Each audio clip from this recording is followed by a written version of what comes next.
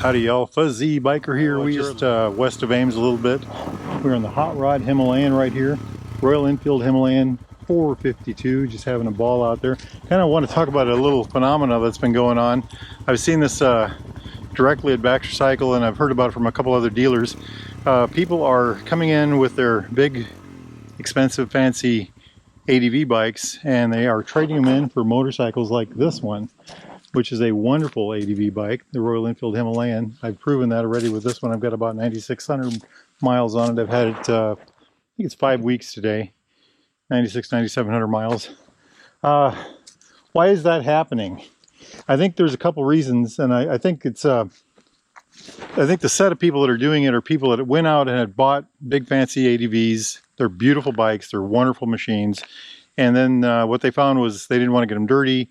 They were afraid of damaging them. They found out they were very heavy, and you know, so they the bikes ended up sitting in the garage or never making it off-road, or not very far off-road anyway.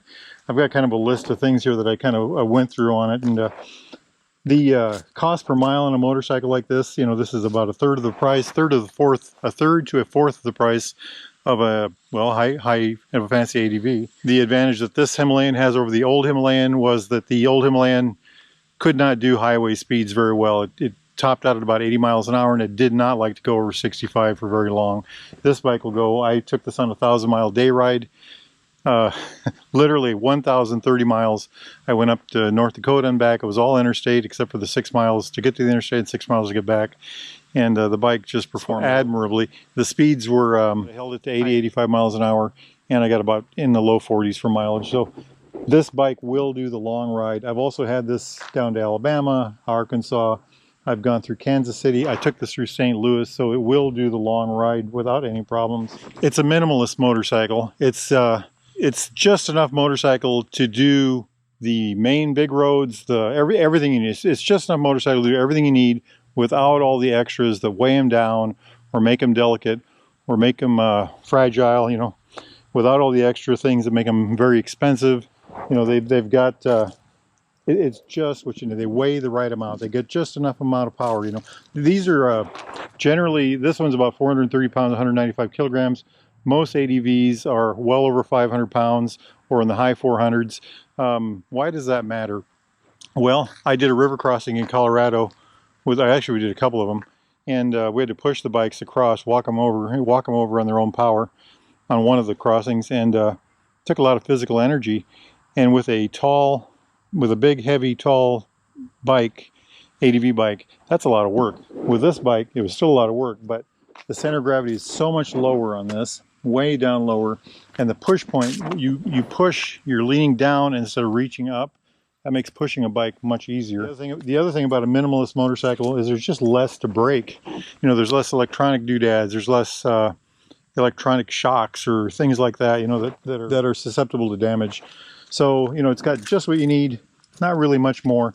It's comfortable, it's versatile, it'll ride the rough stuff. On top of that, it's cheaper to buy, it's cheaper to maintain. You know, maintenance on a bike like this, I did the first valve adjustment on myself. It took me an hour to take the tank off and get to the valves, which are down here. Did the check, and then it took me another hour to get it back together, and that was the first time doing it, you know, so very easy to do. Other things that about this bike, because it's a 40 horsepower bike, there's no traction control to worry about, there's no, you know, things like that. So what's the big deal about traction control? Modern motorcycles are so powerful anymore that a 100 horsepower motorcycle, you really need traction control. Now, if you take a 100 horsepower motorcycle out on gravel, you know, that's, you know, can you really use 100 horsepower? Well, that's why they have traction control. That makes the power more manageable and things like that. Well, it's a system that is susceptible to damage, needs software updates, needs all those kind of things. This does not have that. This does have a computer. It's about the size of a pack of cigarettes, maybe a little smaller. It does have fly-by-wire throttle. It does have those kind of things. You know, it's tuned, it's all that neat stuff, but it doesn't have all those delicate systems.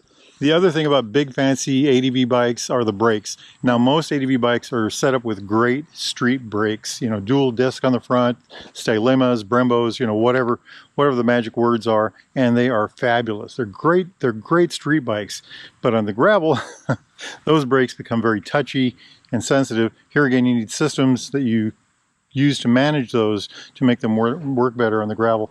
Now that's kind of brings me to another thing.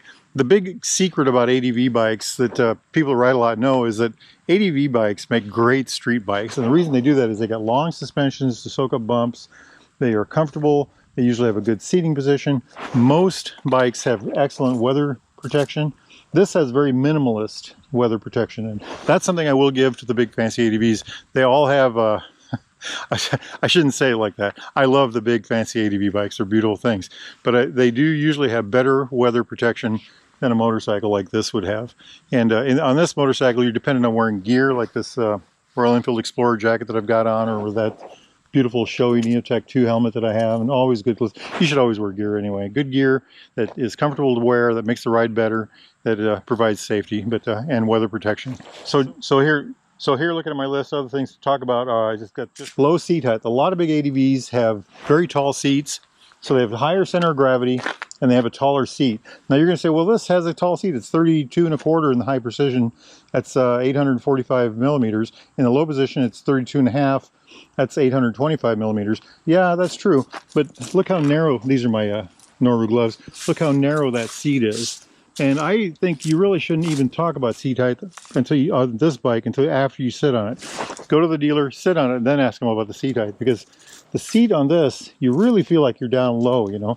It's a much better thing than you can imagine. So you've got the low seat height, you're able to reach the ground well, you got the very low center of gravity, you got a very good handling motorcycle, you got a 21-inch tire, you got loads of suspension. You know, there's just all kinds of benefits to this kind of a motorcycle. I would say the big advantage of the larger ADVs, you have more luxury for sure. In other words, heated grips, heated seats, things like that that are not offered on this bike. You can get heated grips as an aftermarket thing. They are fancier. They have fancy paint jobs. They're, you know, they have all the hi-fi electronics. You know, they are like buying a. This is like buying a good old stock four-wheel drive Chevy or Ford, whichever your preference is. And, you know, 2 doors, the rubber mats, you know, none of the luxury stuff. The big ADVs are like buying the same truck with the leather interior and the fancy stereo and the, you know, all the gizmos and doodads that make it just a luxury vehicle. So this is the get her done motorcycle. Go out and have fun. Treat it like you want to. And so I would say the fancier ones are for the people that probably don't want to ride the dirt really. They just want the look of the truck. You know, the guy that he wants to look like a construction worker gets the big fancy truck, but yet it's got all the bells and whistles. That's kind of how I see the big fancy ADVs. This is more like the, hey, I really want to go out and ride my bike. So I had a couple friends call me, and one friend actually traded in his big fancy ADV. He'd had it for a couple of years, and what they wanted to know was, would it do the job? Would it do the highway miles? Yes, this will do the highway miles. I have driven this to Colorado several times, Alabama, you know, all that. Then the next thing is, will it do the rough? Well, I've had this on Colorado BDRs and little bits of Wyoming and all over Utah and you know, parts of Utah. And you know, next weekend I'm thinking of this week I'm thinking of going to BDR in either South Dakota, or I might go down to Kansas. Next week we're going to go to Colorado unless the snow comes. So yeah, it's a very capable machine, and it will do all those things. It will get the job done. So a lot less price, a lot of capability, all the capability of any ADV out there, honestly. Less delicate, lighter, easy to maneuver, easy to take into the rough stuff. And I think that's why people are doing it. Oh, and by the way, it does water really well. And one of the reasons it does that is the air intake is up here somewhere. So I did a river crossing in this where the water was knee high. So right there, right about here. Well, the air intake's way up here, you know, so didn't have any of that problem. One last thing I have on my list is some of the big ADV brands are known to be finicky. In other words, they're known to have certain kinds of problems that arise, and you'll even, you know, you'll talk to the dealers. I don't want to mention brands, but you know, we were out in the middle of nowhere, and there were a couple of guys in their ADVs, and they had the seat off the one. It was that special color, and you know, oh, one of those. Imagine that one out here in the middle of nowhere with the seat off, and everybody laughed, and you know, just kind of expected, you know. So some of these bikes are very fragile. This is not a fragile bike. This, you know, Royal Enfield is a maker of machines that will do the job. You know, this is a bike called the Himalayan, and there's a road up there in India where they take these. It's like, I can't remember if it was 17,000 or 19,000. I've had this one over 12,000 feet, so I'm very proud of this bike. I think it's a really good machine. I've just had great luck with it. And as far as ADVs go, why are people trading in their big fancy ones for this? Again, I think it's the people that bought the fancy ones. They wanted actually to take them out. They got the bikes. They're just too nice to take out. And so they, you know, too expensive, too nice. I actually had a friend, we were climbing a rock hill, and he stopped, turned around, went back. You know, I finished the job on my Himalayan, on my 411 Himalayan, but you know, so that's I think what's going on. You know, they want a bike that is simpler, less expensive, just as capable or even more capable. I think the price is actually one of the biggest features when it comes to taking the bike off-road, because of the price is a third or a fourth of what a big one costs, and because the bike is just as capable, you are willing to take it out there because you have less risk, you know, just a lot less risk. With my old Himalayan, I used to joke, if I ever got stuck out in the middle of nowhere, I took that thing everywhere. If I ever got stuck out in the middle of nowhere, you know, I'd tie a chain to it and drag it home if I had to. I rode that bike. That was the air-cooled version. I rode that 31,000 miles in 3 years. I've got 9,600 miles on this one already. A friend of mine was asking me, he says, you know, you're gonna have 30,000 miles on this before spring. I think with that new motor, I don't think that's an issue. I think it's going to be okay. And even if it is an issue, I'll rebuild it or I'll trade it off and get a different one. You know, but I do not believe it's going to be an issue. This motor is tough as nails from what I can see. It's a great bike. Now, if y'all are interested in a motorcycle like this, new or used Royal Enfield, Triumph, classic British bike of any type, need parts, accessories, thingamajigs, doodads, gear of any type, like this wonderful jacket, gloves, helmets, you know, you name it, boots, socks, underwear, get yourself over to Baxter Cycle in the mighty Minneapolis of Marnew, Iowa, or go to baxtercycle.com. They ship motorcycles almost everywhere, by the way. Give them a call if you're in the market for one. Make sure you tell them Fuzzy Biker sent you. Now, it's a beautiful day here, and I'm at a beautiful park. And I think I'm going to go for a bike ride. Y'all do the same if you can. Life is good, my friends. Get off the couch. Wahoo! Yippee-yi-yay!